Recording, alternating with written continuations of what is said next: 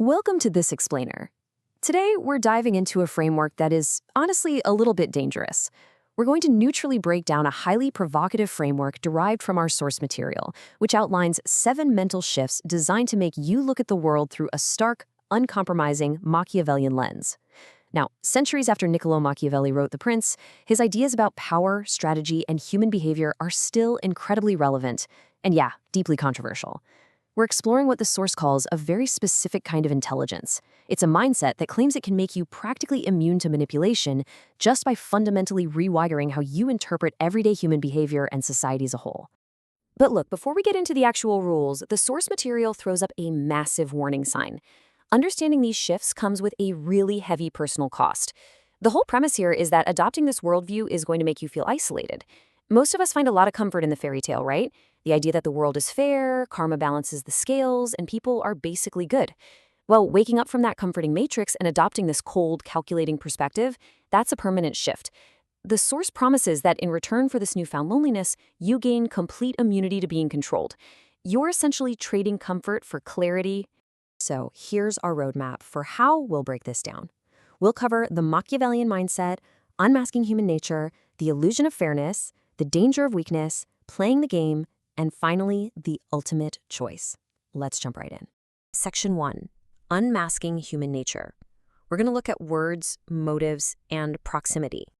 According to the source, the very first shift means completely throwing out the fairy tale of taking words at face value. Think about it. From a young age, we're conditioned to just believe what people tell us, to trust their promises. But the Machiavellian reality argues that words and sweet talk, they're basically just cheap performances meant to manage your perception of them. Think about that coworker who constantly promises to support your projects, but magically vanishes the second the actual work begins. The framework teaches that observing actual, consistent behavior over time is literally the only reliable way to find the truth. You've got to train yourself to ignore what people say and strictly track what they do. Next, the framework drops a pretty harsh truth about motives. Absolutely everyone operates purely from self-interest.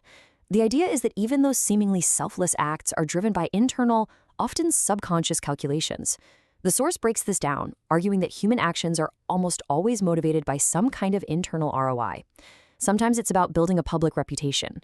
Sometimes it's psychological, like acting charitably just to feel good about yourself. And very often it's about creating a future obligation, a hidden debt that they can collect on later.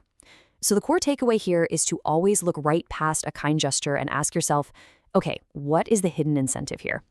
The explainer traces this exact behavioral model straight back to historical Machiavellian thought. Machiavelli famously wrote that men never do good unless necessity drives them to it. So the argument is that human morality isn't this innate, unwavering compass we all have. Instead, ethical behavior is usually just a byproduct of pragmatism. People play by the rules because they're terrified of the consequences of getting caught, or because of massive social pressure. But, the source argues, once you remove that fear or that necessity, true self-interest takes over immediately. And understanding that deeply rooted self-interest leads us to a pretty dark realization about proximity. True betrayal can only ever come from the people you actually trust. Real enemies don't walk up and announce themselves like movie villains. Instead, the source warns us about friendly enemies. Picture a super competitive workplace. The person who eventually undercuts you for that big promotion is rarely the office rival you keep at arm's length. No, it's usually the work friend, the one who grabs coffee with you, patiently learns all your insecurities and weaknesses, and then completely weaponizes them the second an opportunity pops up. All right, section 2, the illusion of fairness and how the system actually works. Zooming out to the societal level, the framework argues that the world fundamentally does not reward who deserves it. This is the absolute death of the merit myth. That comforting idea that sheer hard work, loyalty, and talent are guaranteed to bring you success. We have all felt that intense frustration, right? Pouring your soul into a project only to watch a less competent peer get the praise and the promotion. Why does that happen? Because in this reality, they had better leverage. They understood timing, they built strategic relationships with the real decision makers, and they were ruthless enough to seize the moment. Leverage, not merit, is what actually moves the world. Building on that, the framework makes a highly provocative claim about how systems are designed in the first place. Rules exist strictly to control the powerless. Just think about the massive disparity in consequences. A regular person follows the rules out of pure terror, If they make a mistake, they could lose their livelihood, their reputation, or even their freedom. Meanwhile, powerful people in corporations constantly bend those exact same laws and cut corners, treating any resulting fines just as a standard cost of doing business. The whole system is completely asymmetrical. So the real danger here lies in moral superiority, clinging to the idea of a fair system and complaining about how things should work while everybody else is actively exploiting how things actually work. That inevitably leads to your own ruin. Standing on a pedestal of fairness isn't going to save you from being crushed by the people pragmatically playing the real game. The source insists that accepting the unfairness of the board is the very first step to actually surviving it. Moving to Section 3, the danger of weakness and why vulnerability is a target. Pivoting back to personal strategy, the source directly challenges a hugely popular modern corporate philosophy. Today, we're constantly told to be vulnerable, to bring our authentic selves to work, to openly share our struggles. Well, the Machiavellian framework labels this as incredibly dangerous in any competitive environment. Revealing your deepest insecurities doesn't magically build empathy or connection with your competitors.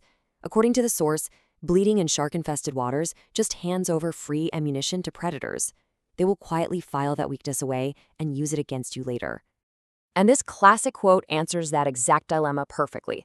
Now, in a modern context, being feared doesn't mean acting like a screaming corporate tyrant. It means setting absolute ironclad boundaries. It means radiating a level of competence and strength that clearly signals to everyone else, I am not an easy mark. In a world full of friendly enemies and self-interested players, projecting that kind of strength stops attacks before they even happen. Prioritizing being loved, on the other hand, is just an open invitation for exploitation. Section 4. Playing the game. Are you a piece or are you a player? The culmination of all these mental shifts is the stark realization that you literally cannot opt out of the competition. There's this common fallacy that if you just keep your head down, stay perfectly neutral, and do great work, you'll be left alone to prosper. The framework completely tears this down. Staying neutral just means you've become a passive pawn in someone else's strategy.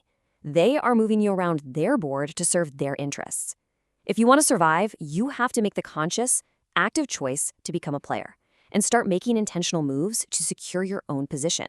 Navigating all this requires what the source calls a dual intelligence, the strategy of the fox and the lion. You can't just be one or the other. You desperately need the cunning of the fox to recognize hidden agendas, like realizing your boss is quietly positioning you to take the fall for a project that's going under. But seeing the trap isn't enough, right? You also need the fierce strength of the lion to step up confidently in a meeting, set the record straight, and push back against the wolves. You have to be smart enough to see the manipulation and strong enough to fight it. Which brings us to Section 5, the ultimate choice, isolation or power. When you put it all together, relentlessly watching actions instead of words, expecting self-interest everywhere, accepting that fairness is a lie, realizing the rules don't apply to the powerful, knowing enemies act like friends, hiding your vulnerabilities, and actively deciding to play the game, your brain permanently changes. The source asserts that once you internalize these 7 shifts and see the raw mechanics of human nature operating in real time, you can never go back. You are forever changed by this clarity. But remember that warning from the very beginning? This clarity creates immense friction in your daily life. It is deeply frustrating to sit in a room, see the matrix clearly, watch people manipulating each other, while your friends and colleagues just happily buy into the comforting illusions of fairness. And if you try to point out the reality of the situation, they are not going to thank you. They'll probably call you cynical or negative or toxic, because seeing the world this starkly is incredibly uncomfortable for people who desperately want to stay blind. So the source leaves us with one final, deeply provocative challenge. The illusions are gone. You see the board clearly now, and you understand the uncompromising rules of human nature and power. The question isn't whether you're in the game, because you are. The question is, how will you choose to play it? Will you use this knowledge purely as a shield to defend yourself, or will you use it to go on the offense? Thanks so much for joining us for this explainer, and remember, keep questioning the world around you.